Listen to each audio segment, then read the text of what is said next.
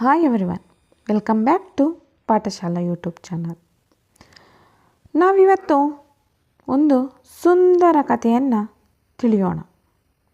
ಆ ಕಥೆಯ ಹೆಸರು ಕಷ್ಟದ ಪ್ರಯೋಜನ ಪಡೆಯಿರಿ. ಬನ್ನಿ ಕಥೆನ ಸ್ಟಾರ್ಟ್ ಮಾಡೋಣ. ಒಮ್ಮೆ ಕತ್ತೆಯೊಂದು ಆಕಸ್ಮಿಕವಾಗಿ ನೀರಿಲ್ಲದ ಹಾಳುಬಾವಿಯಲ್ಲಿ ಬಿದ್ದು ಜೋರಾಗಿ ಕಿರುಚಿಕೊಳ್ಳತೊಡಗಿತು. ಕತ್ತೆಯ ಯಜಮಾನನು ಓಡಿ ಬಂದನು. ಅದು ಮುದಿ ಕತ್ತೆ. ಬಾವಿಯಲ್ಲೂ ನೀರಿಲ್ಲ.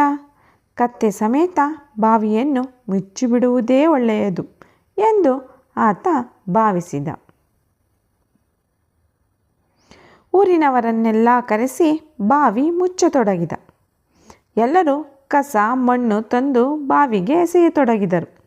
ಪ್ರಾರಂಭದಲ್ಲಿ ಕತ್ತೆಯು ಮತ್ತೂ ಜೋರಾಗಿ ಅರಚಿಕೊಳ್ಳತೊಡಗಿತು. ಸ್ವಲ್ಪ ಹೊತ್ತಿನ ನಂತರ ಅದು ಸದ್ದಡಗಿತು.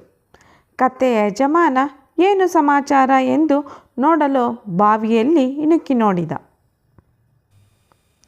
ಅವನು ಕಂಡ ದೃಶ್ಯ ಅವನನ್ನು ಚಕಿತಗೊಳಿಸಿತು.